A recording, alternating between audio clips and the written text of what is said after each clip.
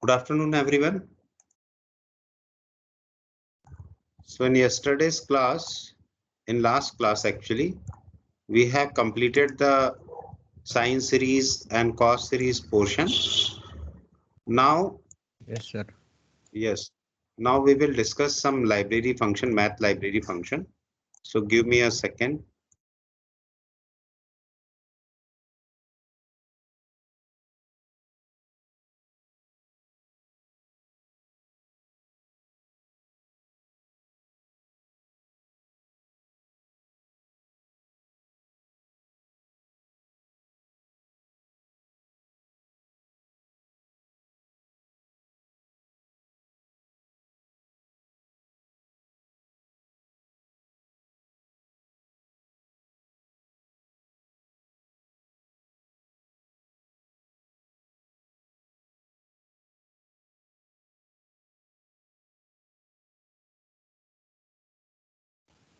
Sir, you're still muted.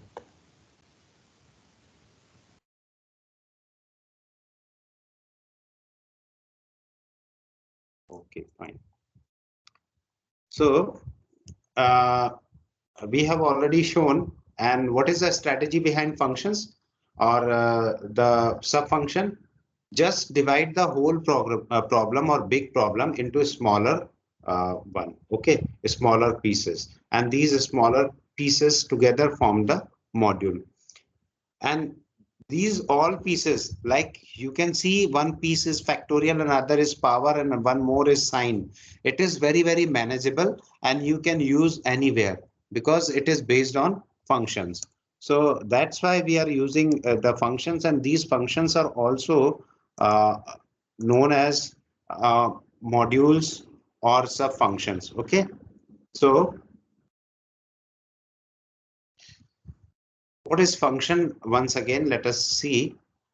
These are modules in C, and programs combine user-defined functions with library functions. Like our user-defined functions are these functions, and some of the library functions, and some more common functions are also there.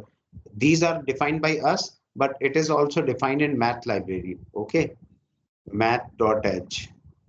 C standard library has wide variety of function, and function calls are invoking a function.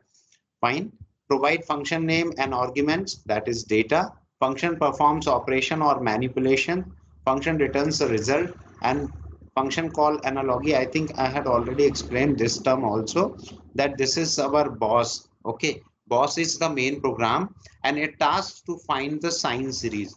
So what are the sub functions we require, or what are the modules we require? Factorial, power, and sine. Okay. Inside that factorial, we will pass one argument, that is n, because we write factorial as like this. Okay, this is our major concern. Second thing is power. So power is written in terms of x to the power y. And third thing is the sine series. So sine series is written as it is x comma n. So this n is nothing but it is precision. Okay, the number of terms you increase, the precision also increases. Fine. So this is our function. This is power function. This is factorial function, and this is sine function. And this sine function is based on two more functions. Okay, the two functions are one is factorial and another is sine. Sorry, power. So these two functions is being called by this sine series. So this is our power function. Power function is called by the sine series. Fine. So this is our power function, and other function is factorial function. So likewise, the whole program will yield SEM format result, and that is floating point results. SEM is sine, exponent, and mantissa, and this result is nothing but it is sine x comma y, where y is the precision. Okay. Now come to math library functions. Some of the math library functions. So it is defined under include as math.h. Okay, and this library performs common mathematical calculations like square root, etc. So format for calling a function. See, whenever you are defining a function, whenever a function is with a valid return type, okay, except void, then this function, all return type except void will called, or instead of will just write can be called inside printf. Okay, so let me rewrite this sentence because it is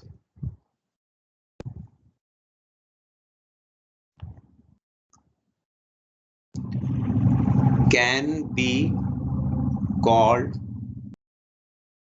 with percent something something. Okay, and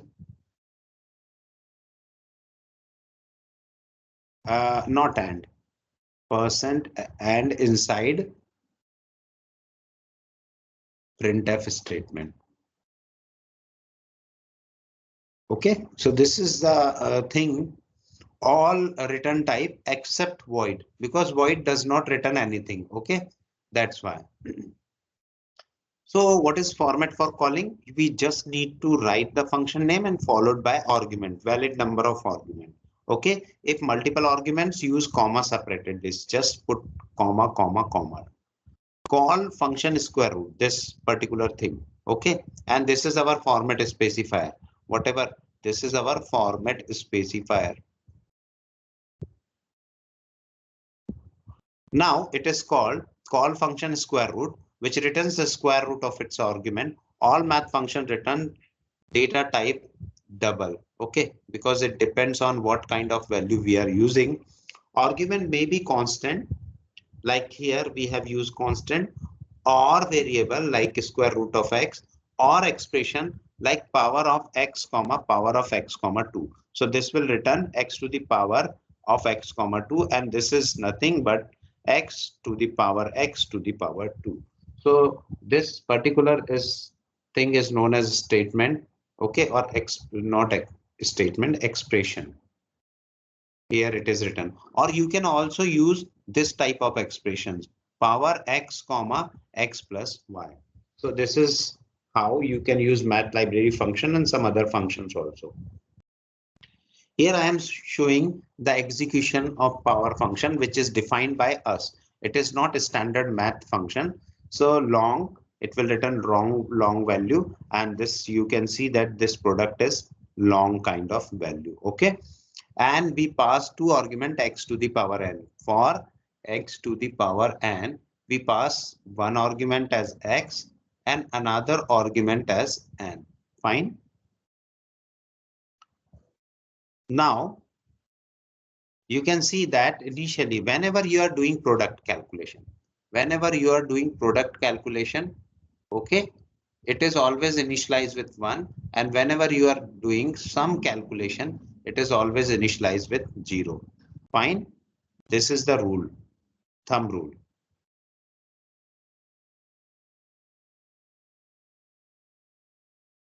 Now for integer I equals to 1, I is less than or equals to n, and I plus plus. Okay, we are starting from 1, and how many times the same term will multiply?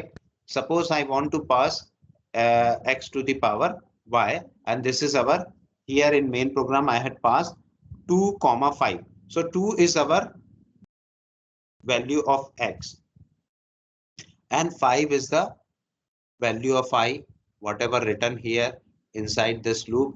Okay, and this 2 will multiply each and every time by the result. So initially start with I equals to 1, 1 multiplied by 2 give you 2, and then this 2 is there because this is your new product. Fine, and this is not one of this I, this one is of initial value of product. Okay, what is initial value of product? Product equals to 1, so due to this one is coming here. Fine, here it is written product equals to 1. Now again this 4 will go here, and this 2 is constant x. Okay, and then this 8, and then this 16, and finally it will yield the value as x to the 2 to the power 5 equals to 32. Fine. So this is our answer, final answer.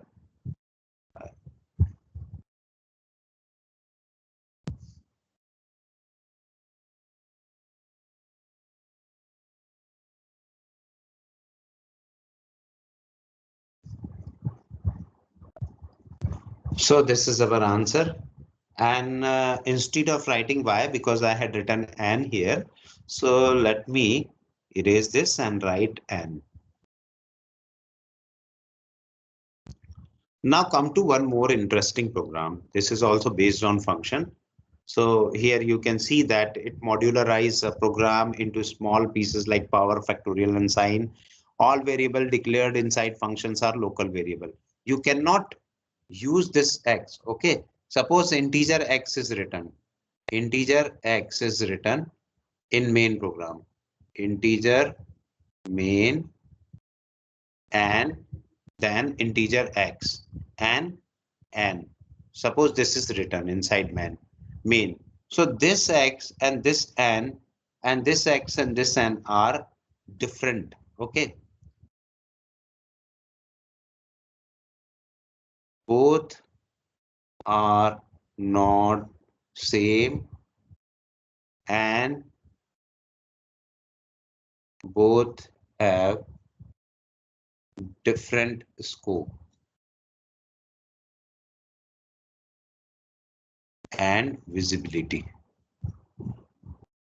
So I had already shown you local, global, variable kind of thing.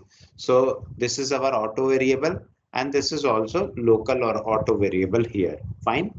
Now come to parameters, communicate information between function. So this is our function and it is passing the message as x and y, n. So this x and n can be used by the program and it will return x to the power n. Okay. Benefit of function. So we know that it divides the whole program and then conquer them. Manageable program development, software usability. You can use multiple times the same code and avoid the code repetition. Function format. How do you write the function? So to write a function, you must need a return type.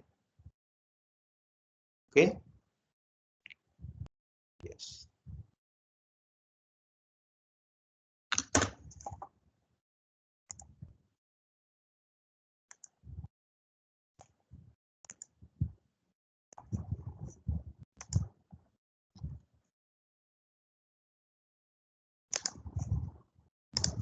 Okay.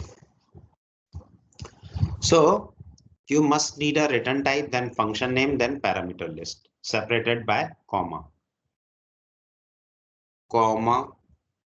separated parameter list. Function name, it can be any valid identifier except the integer, float, etc. Okay, except the keyword. Return value type, data type of result is default, it is integer. Void indicates that the function returns nothing. And parameter list is comma separated list, declares the parameters. A type must be listed explicitly. So here you can see that type, return type, and the parameter arguments, comma separated list, and each with type. Okay, type is written explicitly. Fine. Unless the parameter is of type integer. Now, so this is your function definition type. You cannot define a function inside. Suppose I am defining a function integer function 1. Inside that integer x comma integer y is written. Now I cannot define the function 2 inside this.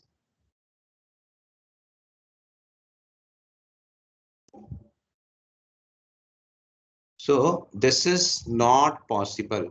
This is not possible. And here it is written, function cannot be defined inside other function. So this is wrong. Fine. This thing is completely wrong. You cannot define a function inside a function. So let me highlight this. Due to which point? Due to this point. Fine.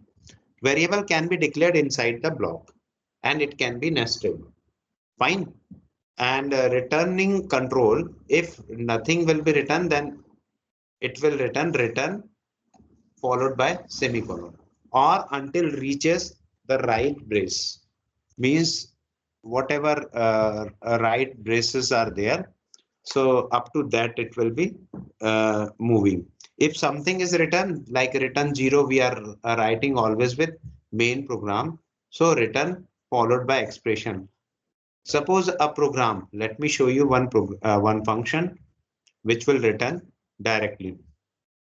So integer sum, integer a, integer b. This is very, very direct and very smallest function. You can write return a plus b. And this is our simplest program. Okay. This value a plus b will be written by this function. So this is our expression for returning anything.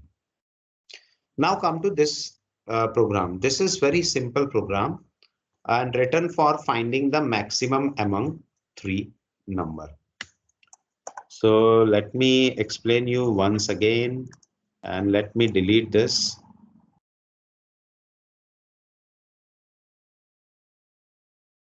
So here you can see that there are parts of program. Okay.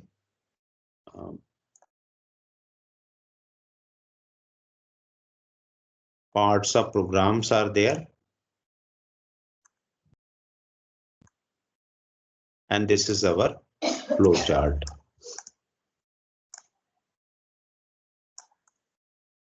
So what you want to do exactly? You want to complete the thing. This is our prototype or machine, and here main program is written and then main program accept the three value. Okay, and these three value will be passed through this function.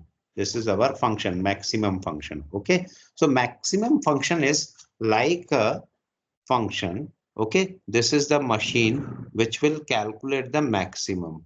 Fine. So this will calculate the maximum. So I had written this machine. This machine is designed to calculate the maximum among three. Okay. And these three value will be taken by this machine.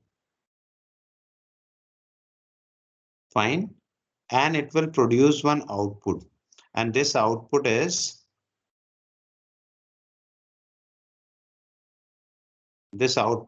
maximum among three. Okay, so these three values are integer, integer and integer, and these three values are what kind of parameters are there? Integer x, integer y and integer z.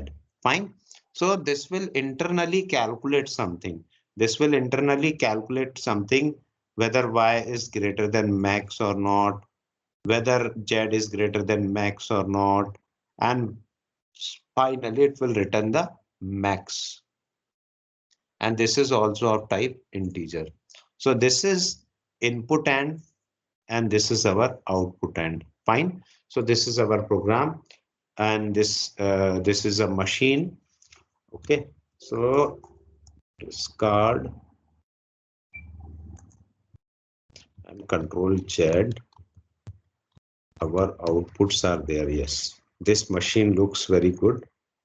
So I am using the same machine. Now here you can see that integer x, y, z is passed and the maximum function will calculate the maximum value. So this is the machine.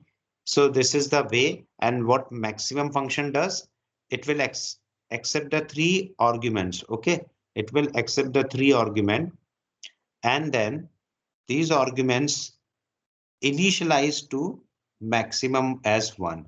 Initialize to maximum as 1. Now, initially, it is assumed that maximum is this number.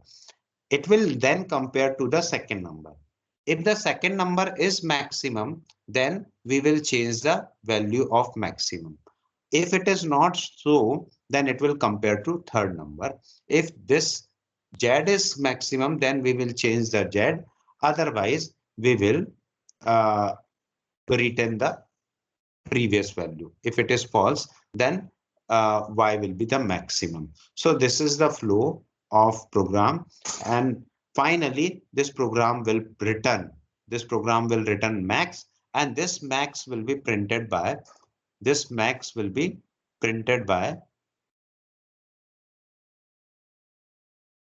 main program here. No.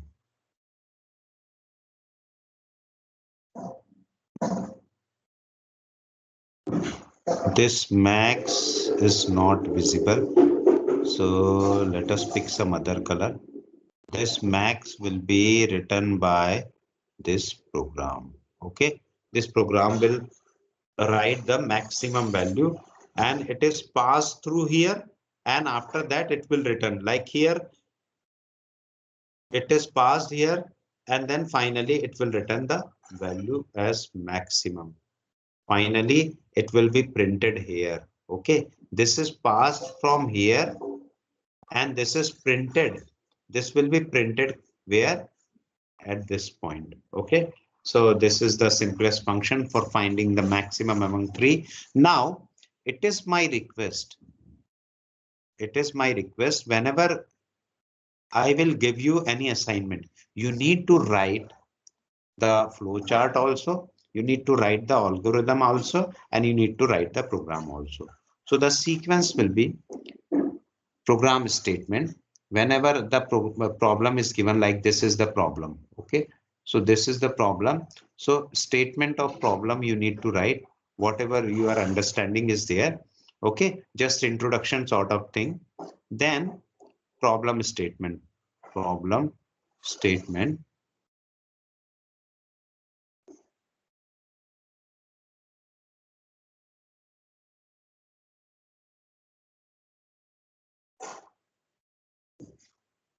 First thing is problem statement. Second thing is flowchart and pictorial representation.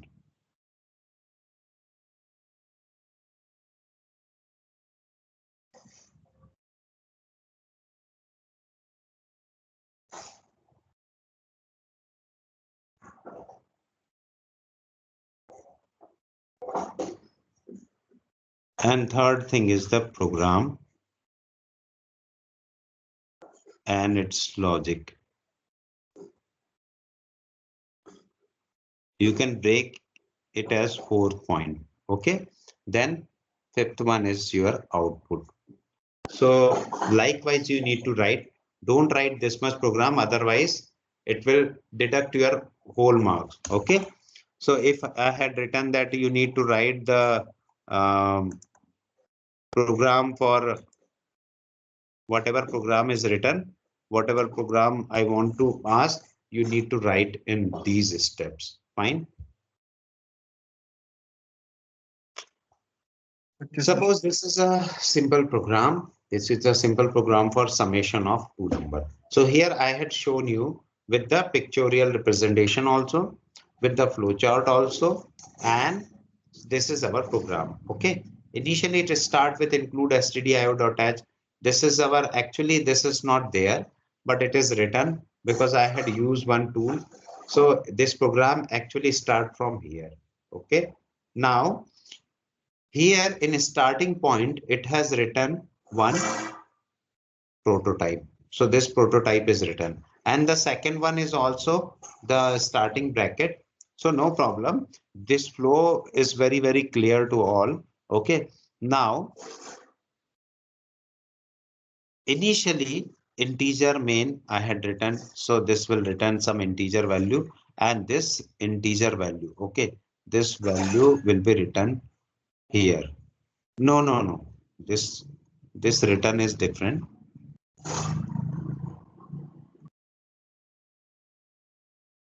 this value will be returned to the function which we will call here. Okay, and this zero will be returned. Sorry, this 0 will be written here.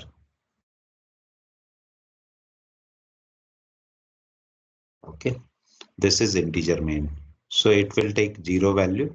So finally this program will start doing its stuff.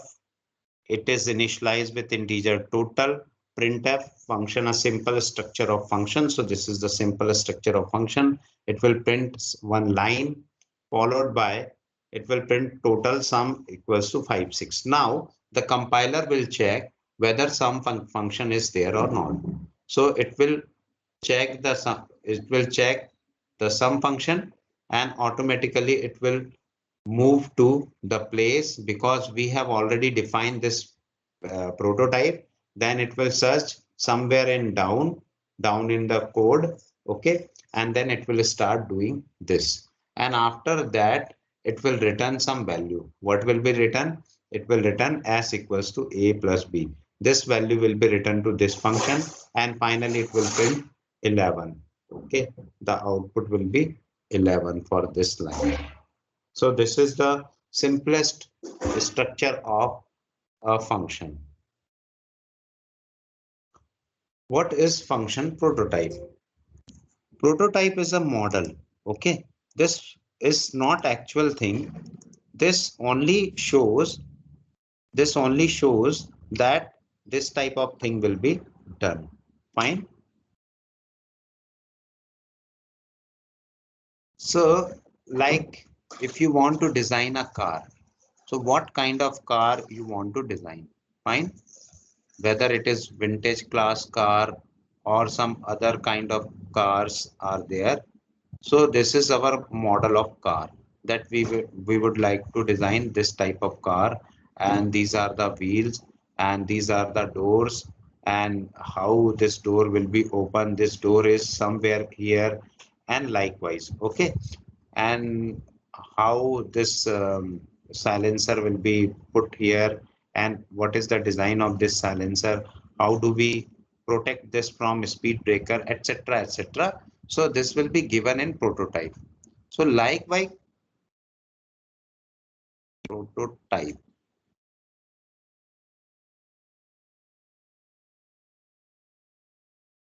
So this is our prototype. Okay, so in this prototype several things are there, so we have only declared that the data type is speed, and the name of function is car, and the parameters are of type fuel, look, design. These are data type. Okay, these are some data type like integer, float. Okay, so this is our prototype.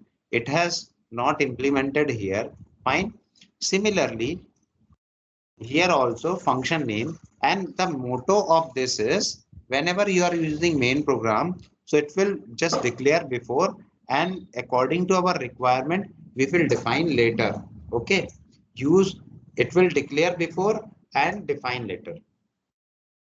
So function prototype is a function name, parameters, what the function takes in, return type, data type, function returns default integer, used to validate the functions. Prototype only needed if function definition comes after use in program. Okay, whenever you want to use the function but it is not defined, then we need to show that such kind of thing like integer sum, integer comma integer. Here I had not written a or b. Okay, only written that this kind of thing will be used later on. So that's why we are using here also integer maximum, integer. It simply says that it will take 3 integers and it returns integer.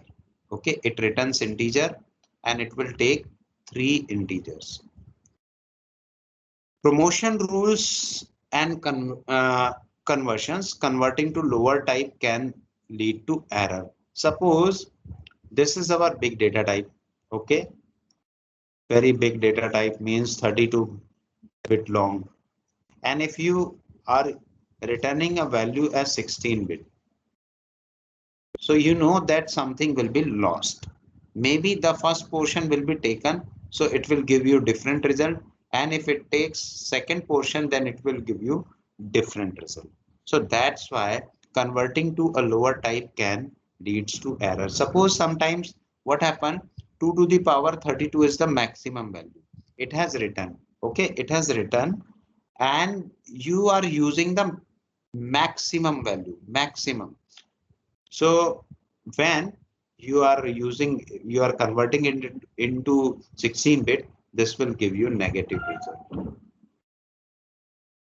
Okay, this will give you negative result or some garbage value. That's why, and already explained why this happens in a number system. Okay, number system, because you are using particular boxes. Here, no logic, no brain logic is working. It just uses the memory location. And if you pick this memory location, it has different meaning. If you pick this memory location, it has different meaning.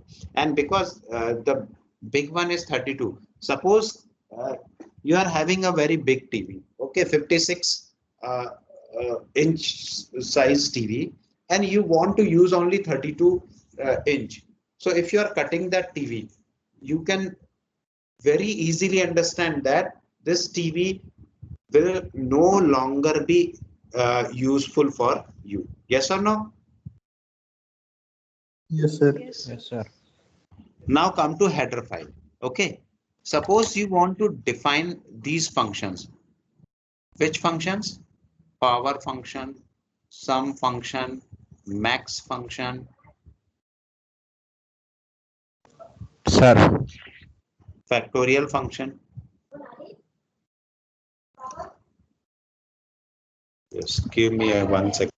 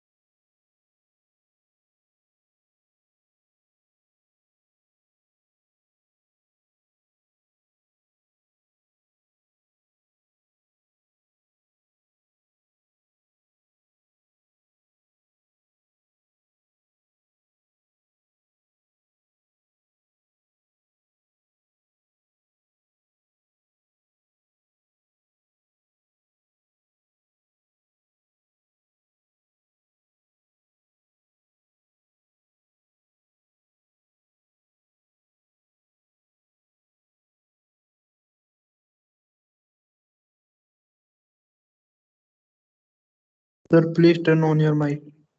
Yes, yes, yes. Actually, my maid has received a call and she is talking to someone. That's why to remove interference, I had muted myself. Okay. So let us now explain whether our recording is on or not. I think it is on. Yes, sir. On, sir. Sir, I have a doubt with function prototype. Yes. Sir, the function prototype is written with the main program, or is it separately? A function prototype is written with big program or separately. No, I mean with the main program, like with the main function. Actually, the main motto behind this, like these are the prototypes, okay, and it is written inside filename.h also.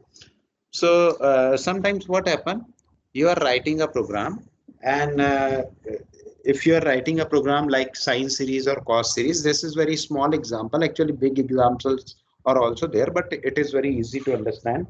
Whenever you are writing a program, fine. If you're writing a program and certainly you feel that you need this type of function, okay, but you want to define it later. If you want to define it later after main program, then you need to write or you need to use the function prototype before writing the main program. So this is just intended that what kind of value. Our intention is that sometimes what happen, you can use function overloading also. So here the summation of two numbers are given. Okay, you can also use float, and then name of function is same, but the arguments are different, float comma float. So this is known as function overloading. Okay, in this function overloading, what happened, we have written, and now you are able to write the floating point value also, you are able to write the integer value also. So I will show you with the example. So the answer of your question is very simple. Whenever you want to define the program later on and you need to use the function inside main program or just before definition of that function, so you must have to declare prototype. Is it clear to you? Okay, sir. Yes, sir. Okay. Now come to header files. So this is just example of header file. You can create your own header file and you can write the set of function. Why you are creating your header file? Because you want to use the functions somewhere else. Okay. So it is our convention that you need to write the headers before main program. Yes or no? Yes, sir. Yes. So before main program you are writing, it means it will automatically loaded into your system and then it is used or it is compiled. Fine. So this is our header file and we write our own header file and we need to include like this. Okay. We need to place this header file in local directory or we need to give the complete path of header file because it is created by me. That's why it is written in double quote. And these are the standard library header file or library function file. So here it is written in angular bracket to represent the difference between a library function and the user defined function, or to represent the library header file and user defined header file. We differentiate it by using this double quote. Fine. So it contains function prototype for library functions, std, lib.h, mat.h, etc. Load with hash include file name and include like this is library, and custom header files create file with function save as file name.h means you can write any name, any common name. Like thermodynamics, you want to create a library for thermodynamics. Okay, thermodynamics .h will be your header file. It is not file name .h, and you can reuse the function like first order differentiation, second order differentiation, heat equation, etc. There are two ways of calling a function. You can call a function by a reference also. A reference means you can directly access the memory location, or call by value. Normally, up to this time, we have used call by value only, and we will discuss we will focus on call by value only. Call by reference we will use after pointers and arrays. Okay, so this is the concept.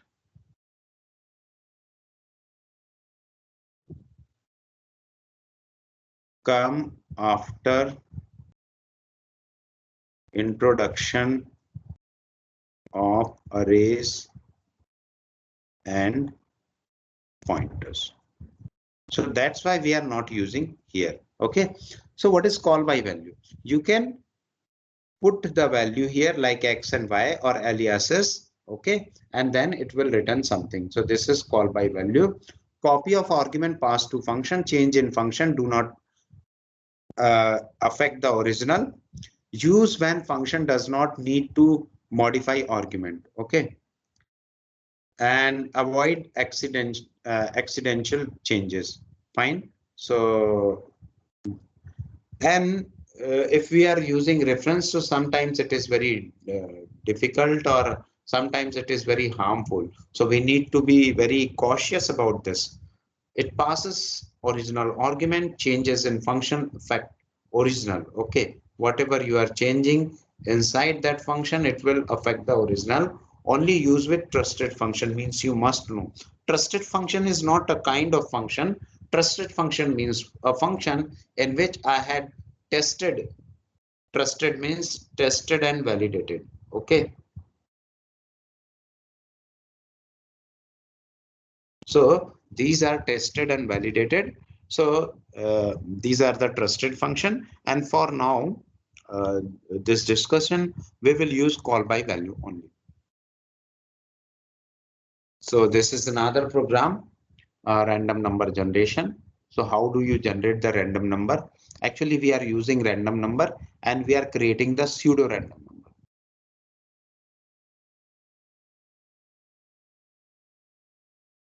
What is the difference between random number and pseudo random number? Pseudo random numbers are the random number for a particular range and it is defined by the user. Okay. And random numbers are truly random, means you cannot predict the randomness of that number. And we will create a program for winner and loser. We will create a game winner and loser based on this random number function. So initially, we start with loading the library standard lib.h because it returns random number between 0 and random max at least 32768. So the function is I equals to random. Okay. So each and every time whenever you are running this program, it will return something else. Pseudo random. Pseudo random present a sequence of random numbers, same sequence for every function call. This sequence will come for every sequence of call and scaling to get a random number between 1 to n. Suppose you want to use the number between 1 to n only. This is also kind of pseudo random number. So what is the strategy?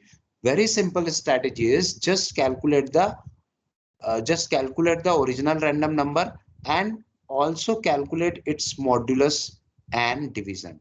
This will give you remainder and remainder as 1 and n, 1 to n. Remainder as 1, not 1, 0 to n minus 1. And this 1 is written. Why this 1 is written? Because you want to calculate. You want to calculate number from not 0. You want to calculate number from 1 to n. That's why this 1 is added. Clear?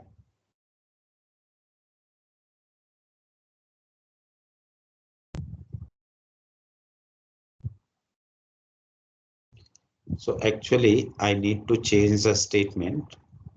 It will calculate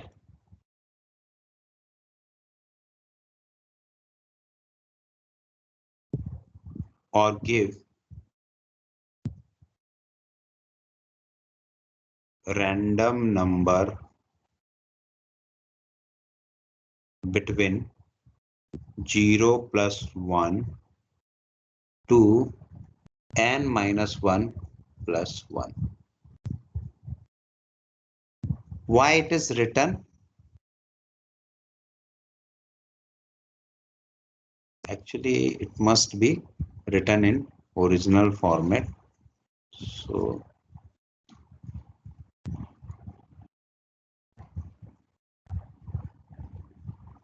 one plus 0 to 1 plus n minus 1. Yes or no?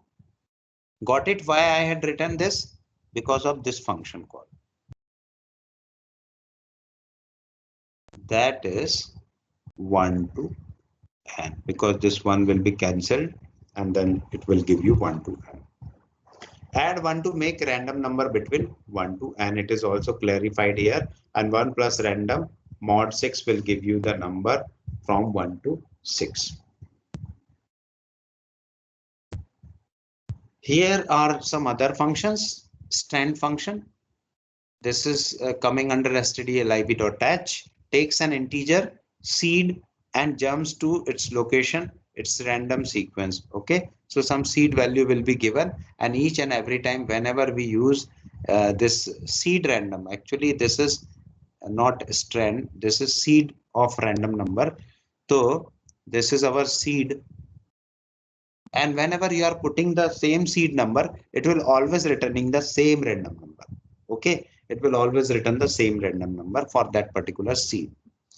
Then seed random with respect to time, okay, and it will be loaded from time.h. Time null returns the time at which the random the program was compiled in second, and randomize the seed. So I think this is sufficient for today. Okay, then I will explain this program, or you, this program is I can also explain here, because there is nothing special in this program. So we will use the function random seed. Okay, stdlib.h, stdio.h, integer I, seed. This is unsigned number because it returns value from 0 to 32767. Printf enter seed. You need to enter the seed value, and then it will read the seed value, and this will calculate the randomized seed value. Randomize seed based random number. Fine. Then it will print different values. So each time whenever the same seed value will be given, the same number will, same output will come. So here you can see that I had entered 67, so it will return these values. Okay, similarly again for 67, the same value, you can see the values are same random number, values are same random number. That's why this is known as seed, and this is pseudo random number. Okay, why we are using this srand function? To test the benchmark. Okay, to test the benchmark means if you want to take three different algorithms, algo 1, algo 2, and algo 3. So which one is very fast? You can check it by the same values. Okay, because same value, suppose maximum among three, sometimes the random value will be favorable, sometimes it is not favorable, but for the same seed value it is always same value, and if it is always same, then it will benchmark the result. Any doubt till now?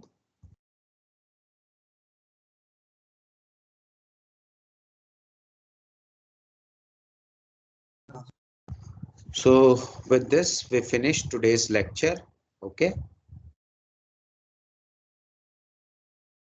thank you very much.